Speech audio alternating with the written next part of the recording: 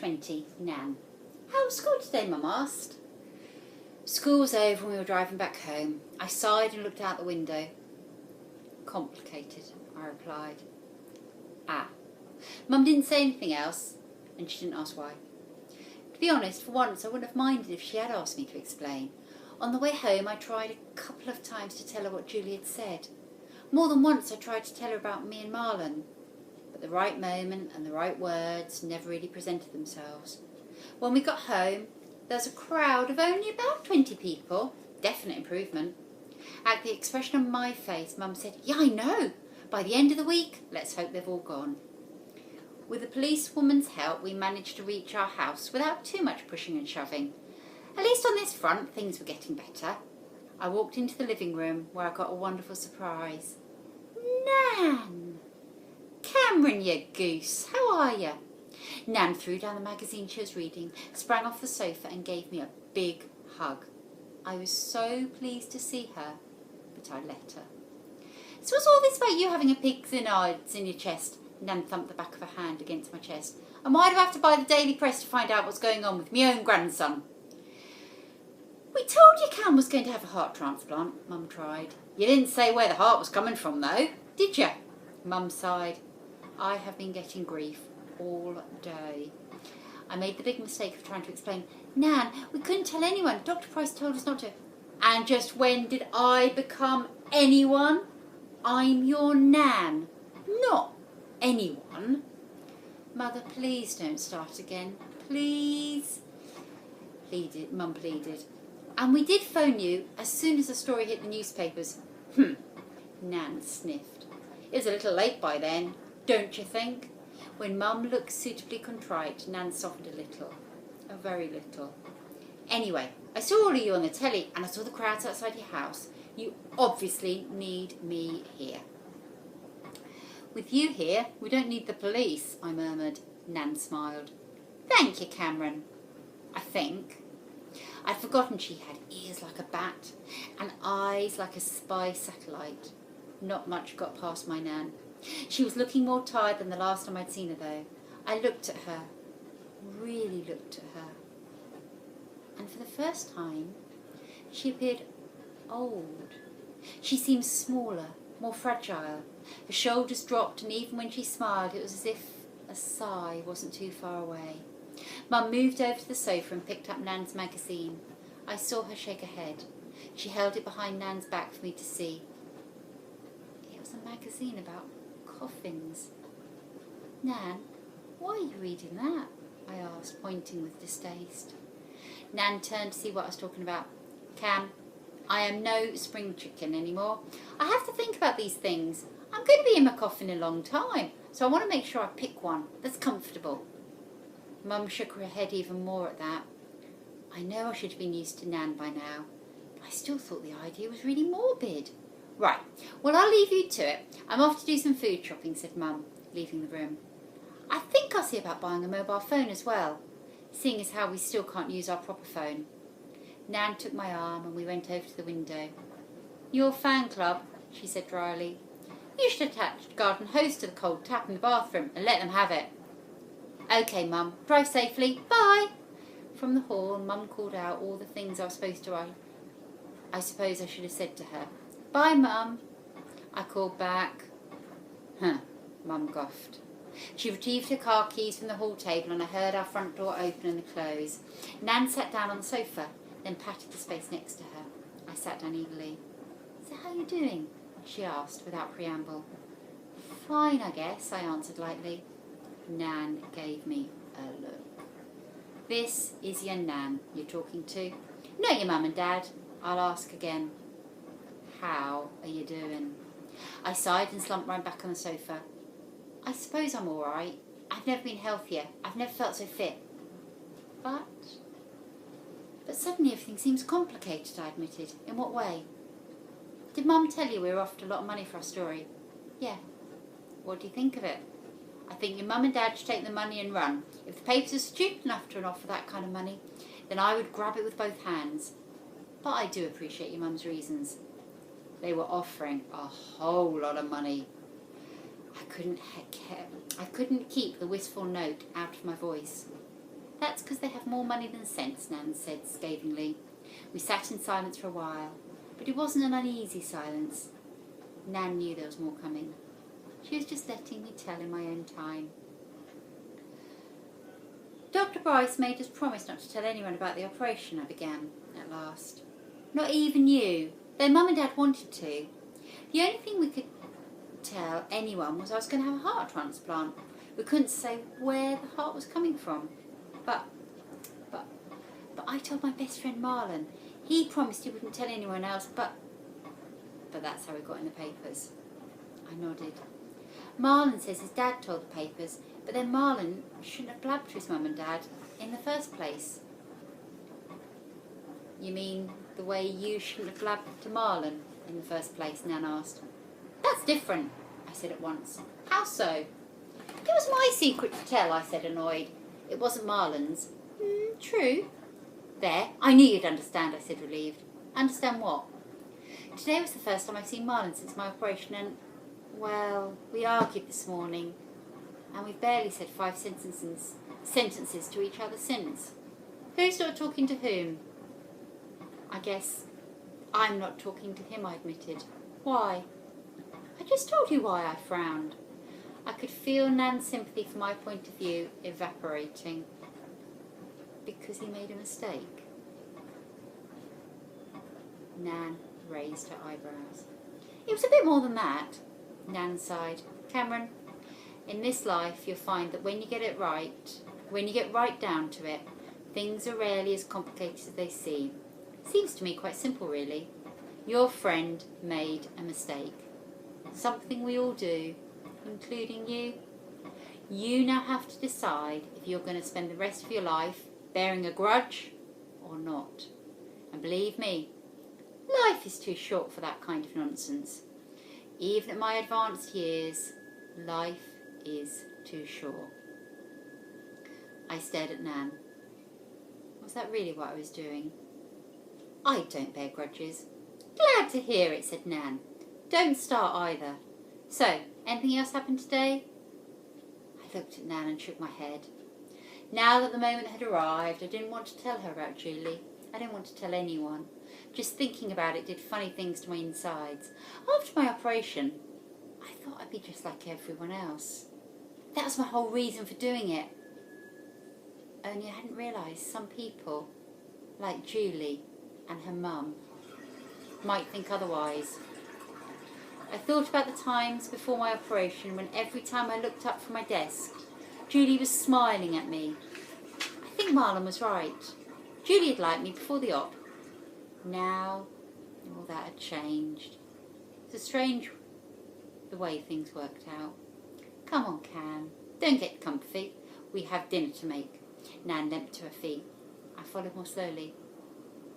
I had a lot to think about. Nan, I said as she headed out the door. Yes, dear? I'm glad you're here. Of course you are, Nan smiled. Seems to me I arrived just in time. When we got to the kitchen, Nan started by investigating the fridge. I think some of my fried chicken, some baked potato and veggies ought to do the trick. Your fried chicken? I asked suspiciously. Does that involve you taking some chicken out of a packet and putting it in the oven? Or is there chopping and slicing and dicing involved? Taking some chicken out of a packet? Nan was scandalised. I do not think so. Can I watch? I asked, hoping Nan wouldn't spot what I was trying to do. No, you can help, she replied at once. You may be smart, child, but I'm smarter. Worth a try. The first thing you can do, though, is change the light bulb in the spare bedroom for me. I want to see where I'm going when I go to bed tonight before I end up sleeping on the windowsill. Okay, Nan, I said, glad to get out of the cooking. Now all I had to do was drag out changing the light bulb for an hour or so, till the worst was over. I want you back down here in 5 minutes, maximum, said Nan, or I'll come upstairs to fetch you. And you don't want that. Are you reading my mind or something? I asked. Nan laughed. Now if I told you that, you'd know as much as I do. I went over to the light bulb drawer. When I opened it, it was like opening a jack-in-the-box. Letters and more letters sprang out of it, falling to the floor. Huffing impatiently, I squatted down to pick them up. Let me do that, Nan said quickly. It's okay, I've got 'em. I waved her off. No, Cameron, you go change the light bulb. I frowned up at Nan. She was nervous, agitated. What was her problem? Did she think the new heart might collapse with the strain of squatting down? I smiled to reassure her. Nan, I'm here now. It'll take me 2 seconds. And Dr. Bryce didn't say anything about not bending down. As I reached out for a handful of the papers, I caught sight of my name on one of the letters. So I picked it up and read it. I wish I hadn't. LEPA, League for the Protection of Animal Rights. Mr. and Mrs. Kelsey, we at LEPA find you totally immoral and despicable. How could you condone the suffering of innocent animals? Because that's what you've done by allowing your son Cameron to have the heart of a pig transplanted into his body. Pigs are intelligent animals with thoughts and feeling, just like yourselves. Would you feel it right to have humans bred for the sole purpose of being killed to allow others to use their organs? If it is not right for humans, why do you feel that such action is right and correct for animals? We understand your concern for your son. Heart disease is a terrible affliction, but it is your attempted solution that we find so reprehensible. I didn't read any more. I couldn't. I picked up another of the letters. It was even worse, rage and anger spilling from every word on the page. I picked up another and another. Threats and more threats made against me.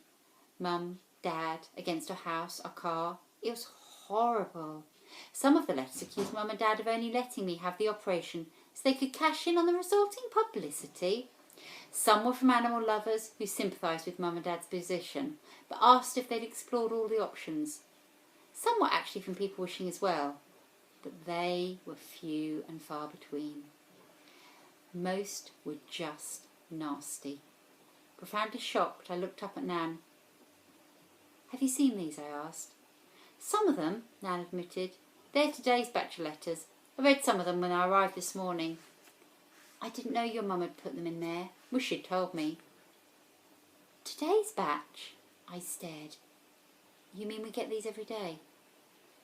Every single day. But why do Mum and Dad keep them? I looked down at the pile of letters again. Couldn't have been more loathsome if it had been a pile of horse manure on the kitchen floor. The police advised them to keep the worst ones, just in case someone tries something. So each night, after you're in bed, they go through them. I picked up another. No, Cameron, put it down. Don't read any more. Nan ordered gently. These people hate me. They don't even know me. And they hate me. What have I ever done to them? I said, bewildered. Cameron, it's not you. It's what you represent. You mustn't take it personally. How could I take it any other way? These people really hated me and Mum and Dad for what we've done. I shook my head. Why didn't Mum and Dad tell me? What for? Why upset you? Can't the police do something about them? Like what? People are perfectly free to post letters wherever and whenever they please in this country, said Nan.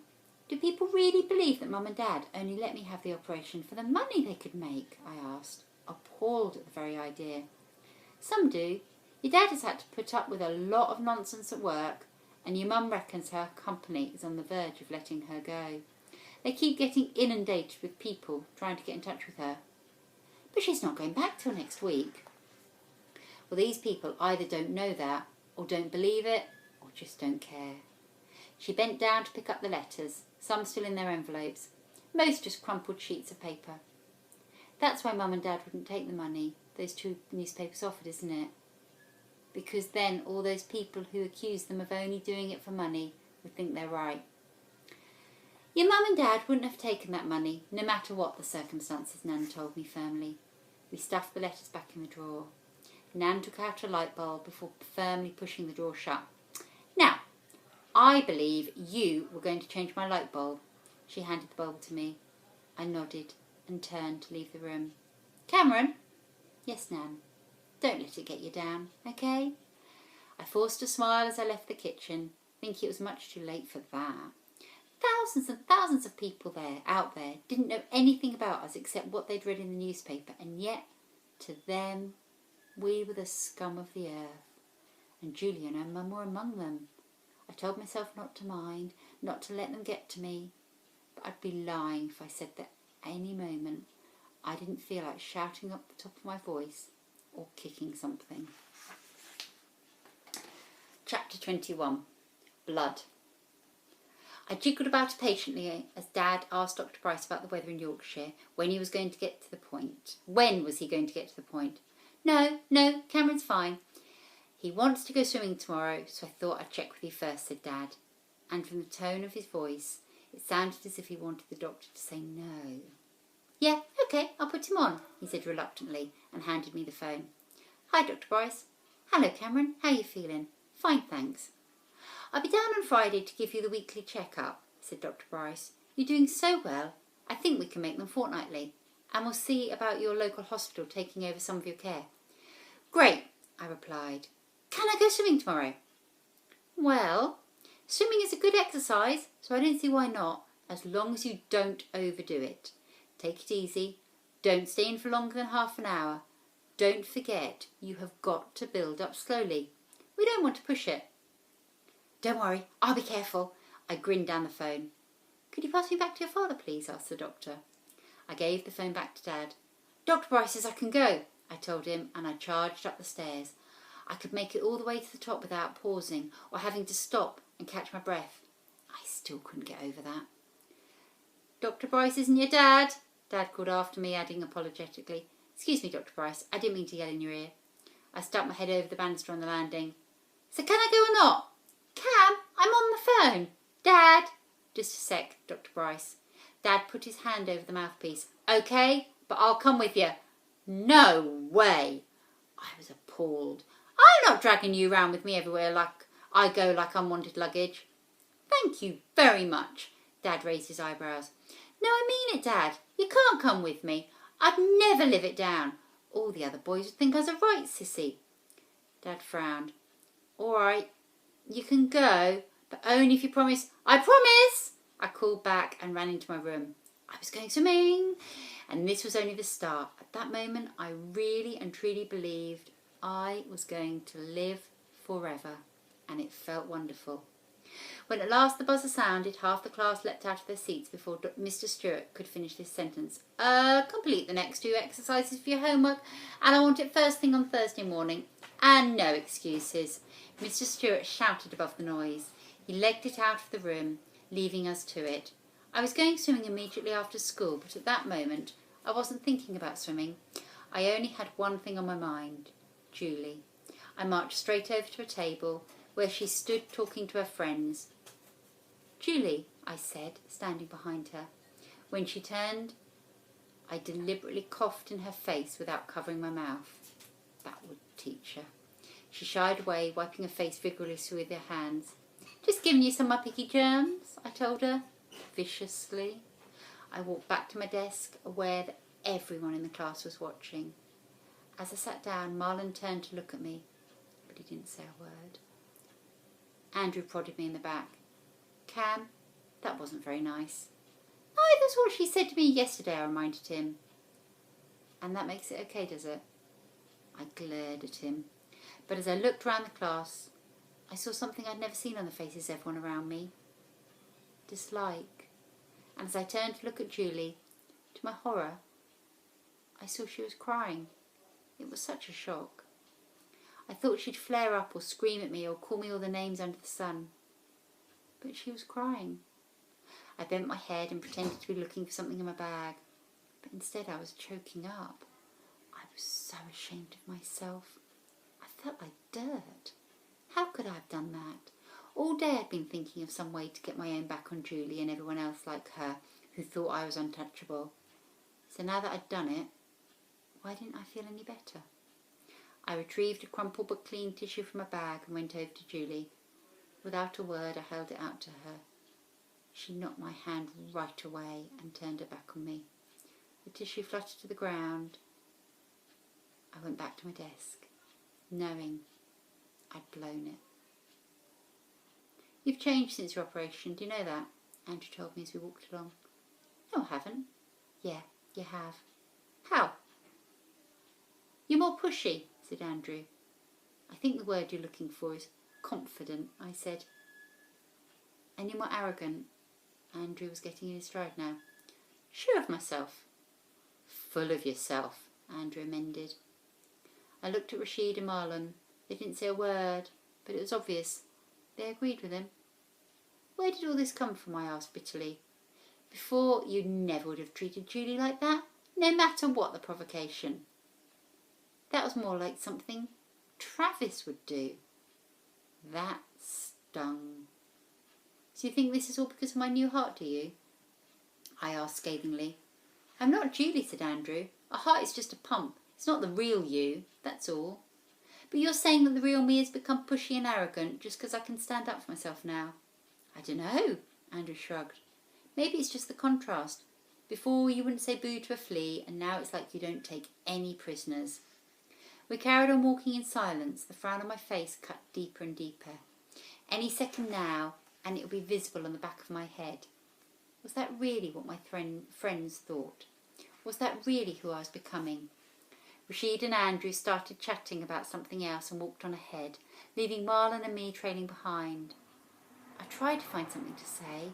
I risked a quick glance at Marlon. He had his hands in his jacket pockets and he was looking very smart. Nice jacket. It came out of my mouth from nowhere.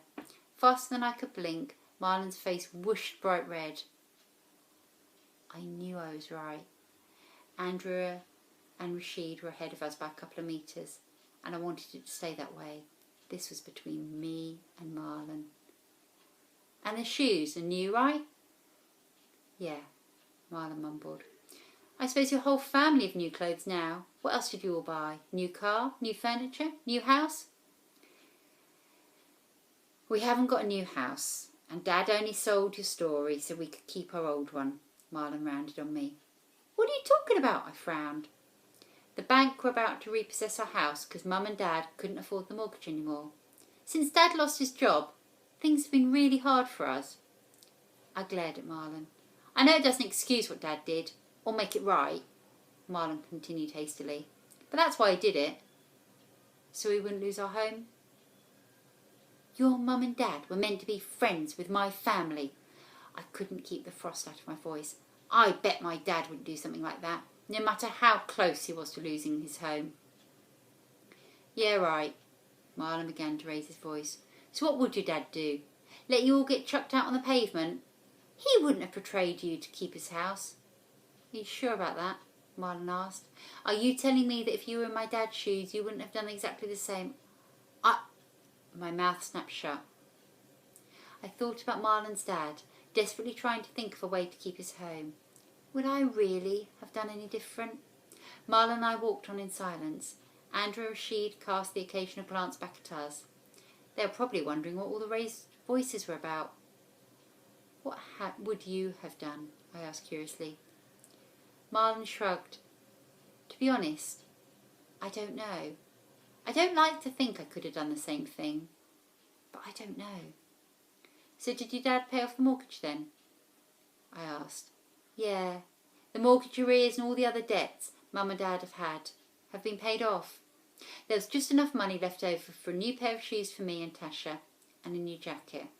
We're not about to jet off to the Bahamas for a long holiday, believe me. I sighed. What was I going to do? Bear a grudge or let it go? Well, it's done now, I shrugged. My bleating isn't going to change that. Silence. So how's Tasha? I asked. This was ridiculous.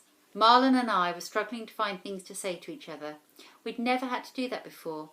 Usually the two of us could talk about anything and everything we did, but not today. I wondered if we ever would again.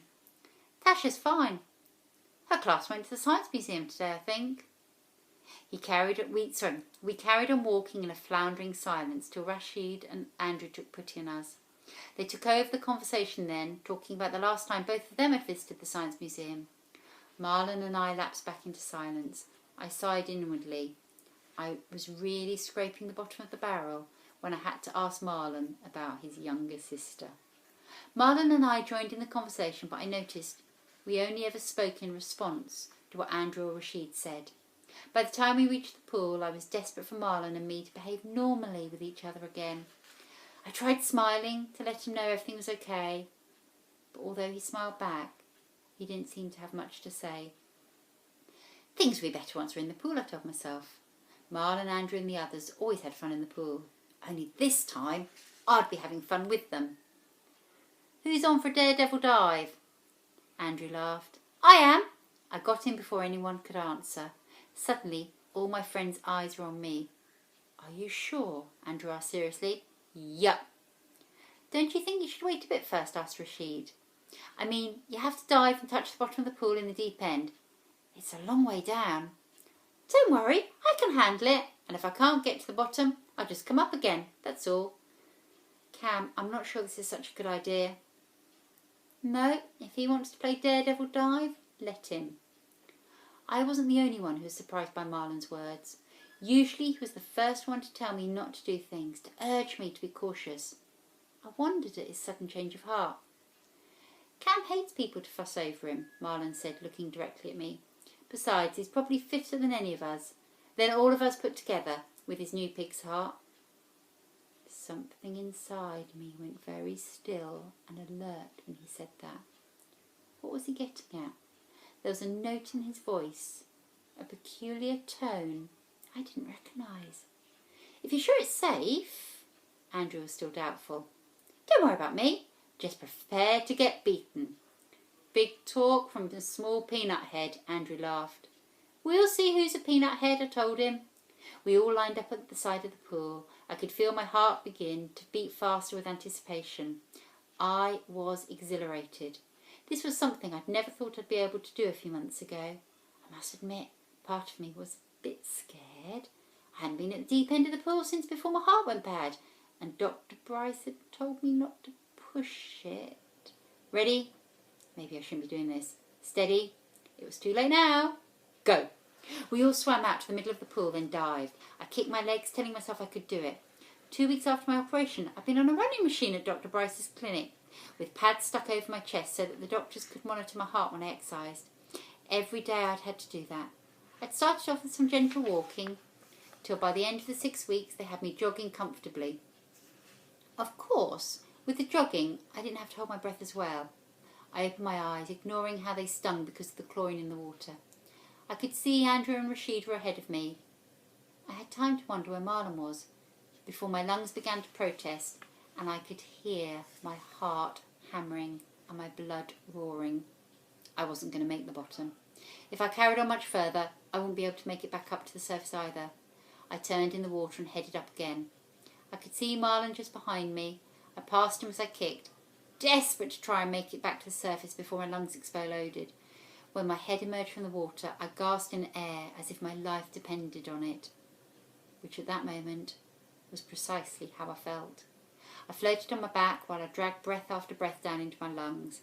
When at last I felt my racing heart slow down, I turned and swam slowly back to the side of the pool. I obviously wasn't as fit as I thought I was.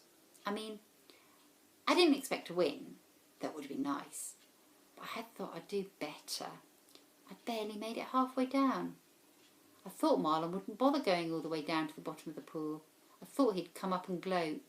But he didn't. Andrew emerged first, followed by Rashid, and Marlon came swimming up last. Can't believe I beat you. Andrew grinned at Marlon. Marlon shrugged. Everyone has an off day. And what happened to you? Rashid asked me. I decided it would be too humiliating for you if I beat you on my very first attempt. I decided to wait till next week to kick your butt. Same time, same place. You wish. Dream on. I looked at Marlon and we both burst out laughing. And as we laughed, the last of the anger and hurt I felt evaporated. You think you're bad, don't you? Marlon teased. I don't think it. I know it. It was one of the best afternoons of my life. I couldn't do everything my friends did, but I didn't do too badly. And best of all, Marlon and I were talking again. I ended up staying in the water for an hour, which was about 45 minutes longer than I usually managed. But by the time I got out of the water, I was as wrinkled and crinkled as a walnut, but I'd never felt better. I was the first one to get dressed, so I bought myself a packet of salt and vinegar crisps from the leisure centre vending machine. I managed to gobble down 3/4 of the packet before the others arrived. "Who's on for a chicken burger and chips?" asked Rashid. "You bet. Good idea." "Cam, you can have a bacon burger," Andrew told me. "Or a couple of pork chops," Rashid laughed. "If you don't mind eating your cousins." Andrew was doubled up with laughter. I glared at him, my lips pursed, my face stony. "Blow it out your ear, Rashid." They all creased up at that. I had to admit my lips did twitch a bit, eating my cousins. Yuck, what an idea. "Just go phone Mum first," I said, licking my salty fingers. "She was meant to pick me up and drive me back home. I'll ask her if I can go with you first." "Why do you need your mum to drive you back home?" I looked at Marlon, then immediately looked away again. I didn't want him to think I was blaming him, because I wasn't. "We've been getting some weirdo letters, that's all. Some people out there think Trudy should have died to save my life. Shouldn't have died to save my life." "Trudy?" "That was the name of the pig I got the heart from," I explained. "How do you know that?" "It's a long story. I certainly wasn't going to go into that now." "These weirdo letters, what do they say?" asked Marlon. "Just Mum and Dad and I ought to be ashamed, we're immoral, that sort of thing. Anyway, you guys wait here. I'll go ring Mum." I walked over to the payphone in the foyer before Marlon could ask me any more questions. I could see him getting more upset with every word I said. I didn't want him to feel guilty about it. It wasn't his fault. I stuck my phone card in the slot and dialed Mum's number. She'd written it down on a piece of paper for me, even though I told her not to. I was convinced I'd remembered it, but in the end, it turned out just as well she did. Mum's mobile was on the hall table next to our still unplugged phone. Dad would still be at work, so that was all right. But it was a toss-up between who'd answer, Mum or my Nan. Hoped it was Nan. Then I could go with my friends for sure. Mum would be harder to get round. "Hello?" My heart sunk. It was Mum. "Hello, Mum. Can I go for a burger with Marlon and the others?" "Cameron, I don't think that would be a good idea." Mum's reply was immediate. "Please, Mum," I begged. "I'm fine. Besides, no one except my friends knows where I am. Please, can I go? Please." "And how do you get home?" "I'll ring you from the precinct as soon as we've finished our burgers. Then you can come pick me up." "I don't know, Cameron. Please." There was a long pause. "Okay. But you're to phone me within the next hour, without fail," Mum said sternly. "Do you understand?" "Thanks, Mum." "Next hour, Cameron. I mean it." "I know. And be careful. Your face has been all over the telly and the newspapers. Someone might recognise you." On second thoughts, "Bye, Mum," I said, and I quickly put down the phone. I'd really get in the neck for that. But I was having such a good day, I didn't want it to end. "I can go," I told my friends. "Great, what are we waiting for?" "I'm starving," said Andrew. We all headed for the exit. "I'm sorry about those weirdo letters you've been getting," Marlon said, as we walked out of the leisure centre. "You didn't write them. It's not your fault," I said. "But if I'd kept my mouth shut..." "Let it go, Marlon. I have." Marlon looked at me and smiled back. I made a fist and playfully tapped him on the jaw. He made a fist and did the same. Then we both grabbed each other and had a wrestle down to the ground. "Ah!" Andrew gave a mock sigh. A Kodak moment. Marlon and I sprang up at that and told Andrew where to go. We all ended up walking along the road in fits of laughter. "Are you Cameron Kelsey?" I turned my head, still beaming away. A woman with light brown hair, smart charcoal grey suit and a smiling face stood behind me. I turned all the way round. "Are you Cameron Kelsey? Pickup boy?" the woman repeated. She had a nice smile, a friendly smile. Her smile was all I could see as I nodded. Was she a journalist seeking an interview? Maybe she wanted my autograph. The woman brought her hands out from behind her back. Then all time slowed right down. I could see everything, hear everything, because each second seemed to last much longer. I was surprised to see she had a bucket in one hand. The woman used her free hand to steady the bucket as she raised it. I saw it had something red in. Red liquid sloshing around, red paint. Some of the liquid spilt over the side of the bucket and hit the pavement, splashing onto my white trainers. The woman raised the bucket higher. Suddenly aware of what was about to happen, I raised my hands in protest. I opened my mouth to say no, and in that moment, I was drenched. The red liquid hit me full in the face like a stinging punch. It filled my mouth and stung my eyes and ran down my face like a red river. only it wasn't paint. I could taste it. It was blood. Murderer! Murderer! Murderer! The woman kept screaming at me over and over, over and over and over. I spat, then retched all over my shoes and the pavement. My salt and vinegar crisps mixed with the blood at my feet. Wiping the blood out of my eyes, I stared at the woman. Murderer! By this time, Marlon was at my side and shouting abuse at the woman. And then, just like that, we were suddenly surrounded. Yet I couldn't take my eyes off the woman before me. She was still screaming at me, ignoring Marlon, and never before had I seen such rage. Such hatred on someone's face. Rage and hatred directed at me. Without warning, she flew at me, but a man and a woman in the crowd around us pulled her back, which was probably just as well. I couldn't have moved if my life had depended on it. I don't remember much after that. The police arrived and I was asked a lot of questions that I didn't answer. I couldn't open my mouth. Marlon did a lot of the talking for me.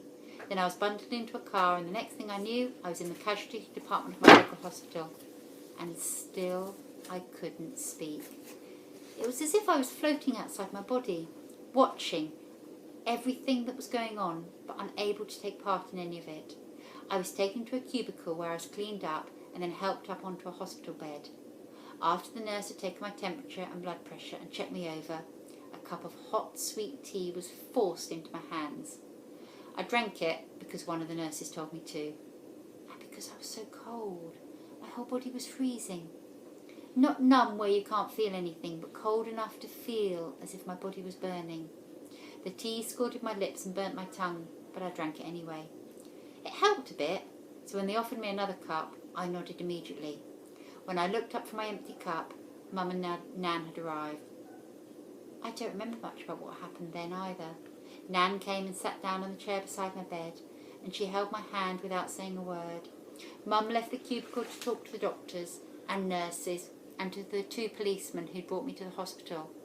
I could hear her voice, but I couldn't tune into a single word she was saying. After I don't know how long, I turned to Nan. I want to go home now, please, I said. Nan stood up and put her arm around me. Nan, I whispered. Was it worth it? She instantly knew what I was talking about. Cameron, only you can decide that, she told me. Would you have done it? What? Had the transplant operation? I nodded. To be honest, I don't know, Nan replied. But I don't think so. I don't think I'm as brave as you. Funny, but that was just what Travis had said. I remembered how I'd cut him dead and swanned off. Andrew was right. I was no better than Travis. I slid down till I was more lying than sitting and pulled the white cellular blanket up over me. Inside, I was still cold. I'm not brave, Nan. Stupid, maybe, but not brave. Don't say that, Nan ranted on me at once. It took a great deal of courage to go through with that operation. Desperation, you mean? Cameron, that is enough. That woman earlier was obviously a couple of eggs short for full breakfast. Are you going to let Jess curl up and give in now? Are you going to let her do that to you? Long moments passed as Nan and I looked at each other. Finally, I forced a smile. I suppose not. Pardon? I guess not. I still can't hear you. No, I replied. We both started laughing at that. Nan had heard my first answer. She just wanted me to say it until I believed it.